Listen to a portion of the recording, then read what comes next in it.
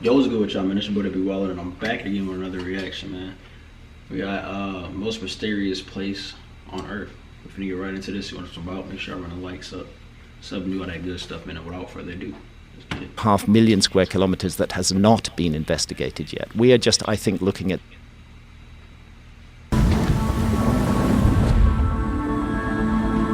Teammate, I need your 500,000 square kilometers that has not been investigated yet. We are just, I think, looking at the edges of a mystery.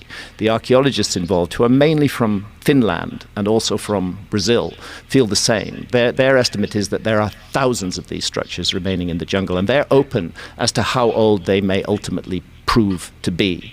The investigation needs to be done. But what's fascinating about them is this very powerful geometry and astronomy. So a number of the sites are perfectly aligned to true north, true south, true east, and true west. I'm not talking about magnetic north. I'm talking about true astronomical north.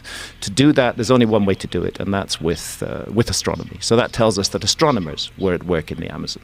The geometry is very complex and very precise. That tells us that people with geometrical skills were at work in the Amazon. And thirdly, the scale of the sites of hundreds of meters, gigantic earthworks on the scale of hundreds of meters, tells us that this was highly organized project that was undertaken on a very large scale by very large numbers of people. It's a wonderful mystery, and it deserves much further attention. And that's Jacosa, exactly, the squares, Wow. squaring the circles. So you can see the outside embankment, and then inside it is the square ditch, and then there's another embankment inside that, and a circle Now, this guy inside right that. here Crazy. make you, like, I don't know if it's just like something he practiced or it's just like him naturally speaking. I'm guessing it's just him naturally speaking. But he know how to draw you in. Like when he speak, clearly he's an intelligent person, but when he speak, it make you tune into him. Like it ain't sluggish or dry to where you bored listening to him, whatever. Like he actually had me intrigued. Like whatever he was speaking, I even pause it because I'm like, dang, hold on, bro. Like, man, he know his shit, bro. Like he over here speaking. You know, whenever people like that speak, bro, it's better to be the listener and not trying to if you don't know this shit like me, I don't know what he's speaking on like that for real.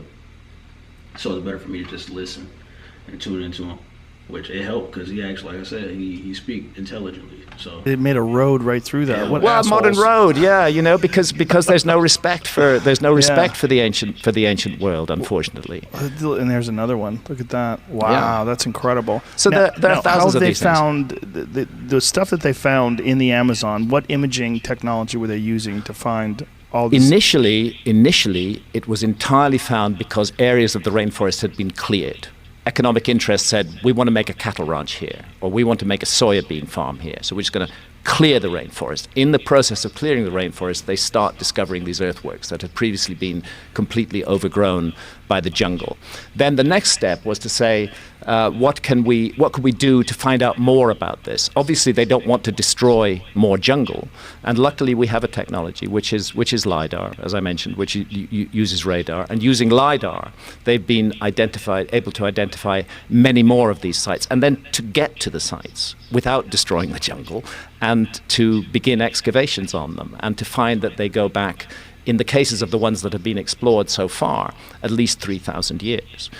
This is an intriguing development, completely unexplained in our understanding of the Amazon. And what it suggests is a heritage of extremely ancient knowledge. You don't wake up one morning and create a perfectly geometrical square or circular earthwork that's perfectly aligned to true north, south, east, and west on an enormous scale. There has to be a background to that. There has to be a reason for doing it. And the evidence is none of these sites were lived in. There's no habitation refuse found in them whatsoever. We don't know what they were used for. I make the case in America before that they're connected to a system of ideas which is found all around the world, which is to do with death and the afterlife destiny of the soul.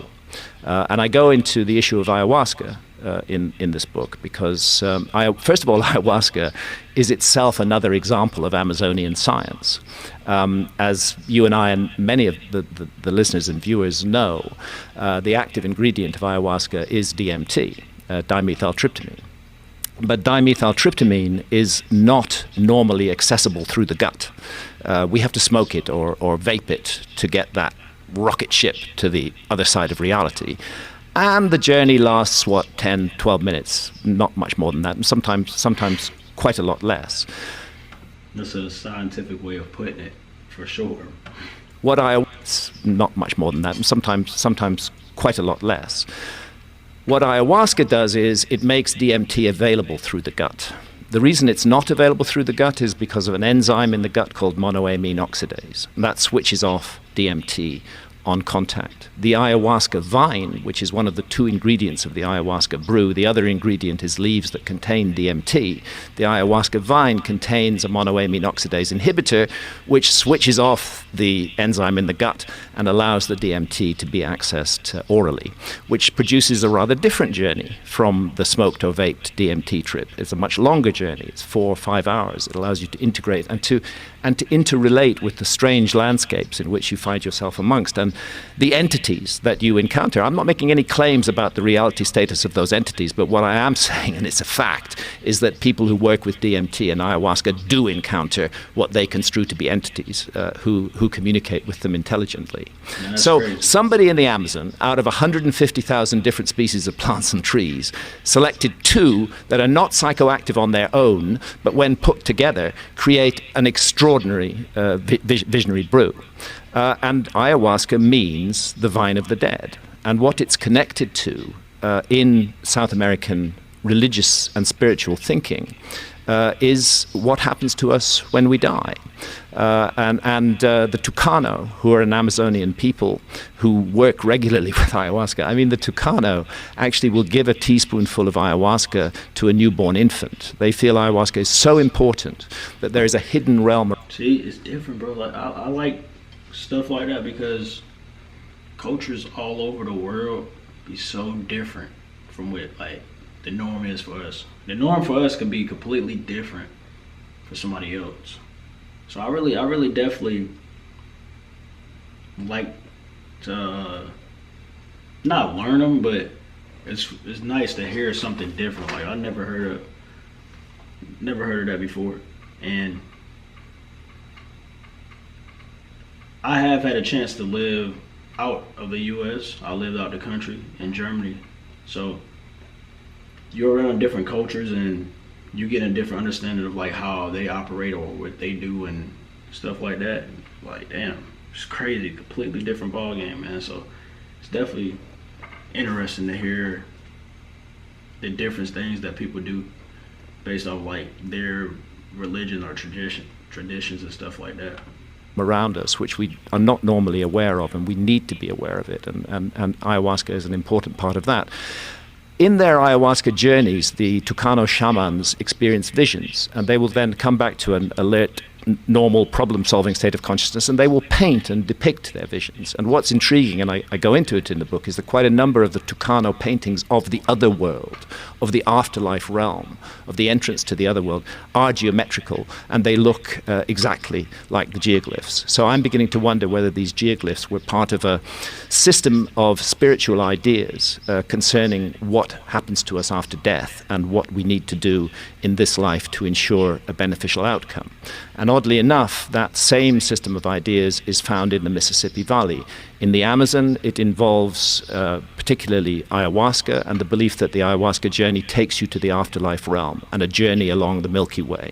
In the Mississippi Valley, the mound builder sites up and down the Mississippi Valley, particularly Moundville in Alabama, exactly the same system of religious ideas associated with geometrical constructions, that on death, the soul, they're very specific, ascends to the constellation of Orion, transits from the constellation of Orion to the Milky Way, makes a journey along the Milky Way, which they call the Path of Souls, and encounters challenges and ordeals where the soul must account for the life that it has lived.